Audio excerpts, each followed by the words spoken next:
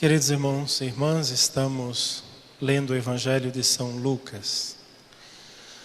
O Evangelho de São Lucas é maravilhoso de ler, porque ele é poeta.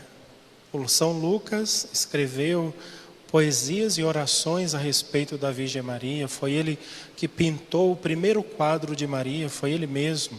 Foi ele que esculpiu a primeira imagem da Virgem. Ele tinha um amor especial por Maria, né? Conviveu com ela durante um tempo. Depois ele se tornou o secretário e o tradutor de São Pedro e viajou com São Pedro muito tempo. Depois viaja com São Paulo também. Então ele conhecia profundamente a fé e conhecia profundamente a Cristo, mesmo sem não ter conhecido Jesus pessoalmente. Ele só conheceu a Virgem Maria. Depois que quando ele chegou em Jerusalém, Jesus já havia subido ao céu. Então ele não viu Jesus pessoalmente. São Lucas hoje nos conta um fato que aconteceu em Cafarnaum. Cafarnaum é a cidade de Pedro, a cidade que está à beira do mar da Galileia. Dali de Cafarnaum até Nazaré são mais ou menos 40 quilômetros, atravessando as montanhas, próximo ao conjunto das grandes montanhas do Golã.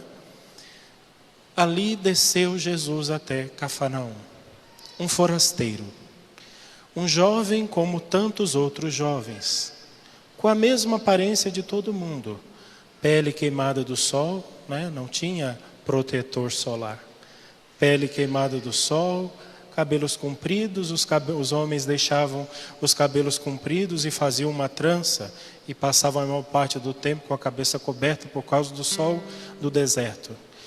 Mas ele chega na cidade de Cafarnaum e agita a cidade.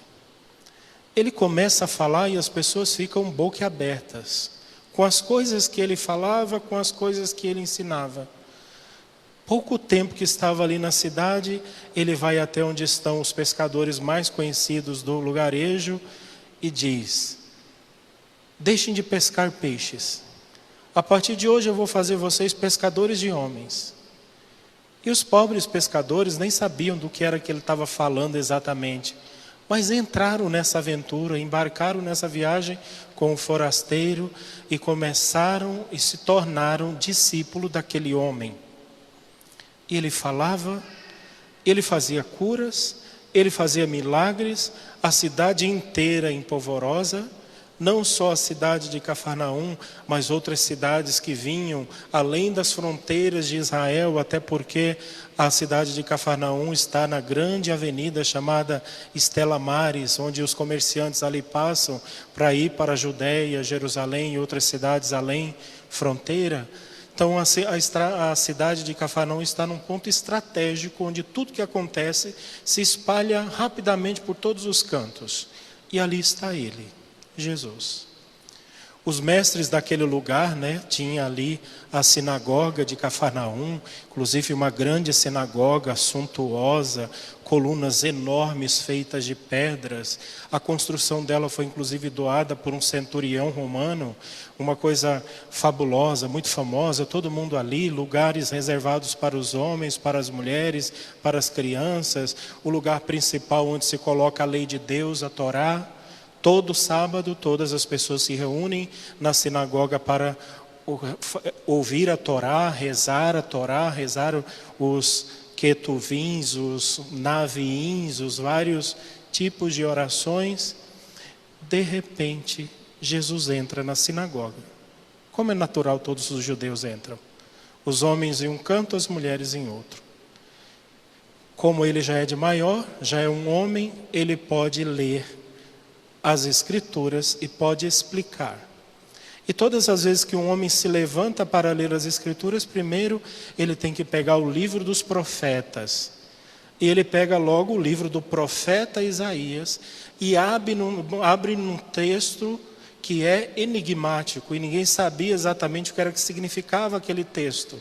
Ele abre o livro, são 2 rolos, né? Abre ali e ele começa a fazer a leitura. O Espírito do Senhor está sobre mim, Ele me enviou. E quando ele falava, é como se as palavras pulassem do livro, criassem vida, porque era como se o próprio Deus estivesse falando aquelas palavras, porque afinal de contas, foi o próprio Deus que inspirou aquelas palavras.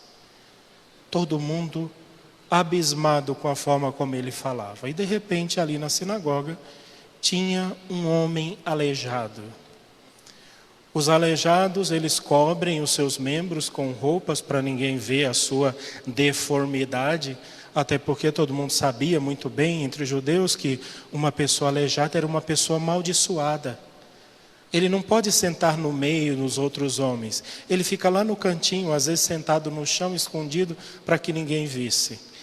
Quando Jesus entra na sinagoga, a primeira pessoa que ele vê é o aleijado. Ele viu o homem deformado. E todos ali sabem de Jesus, e os mestres ficam olhando e dizendo, vamos ver o que ele vai fazer.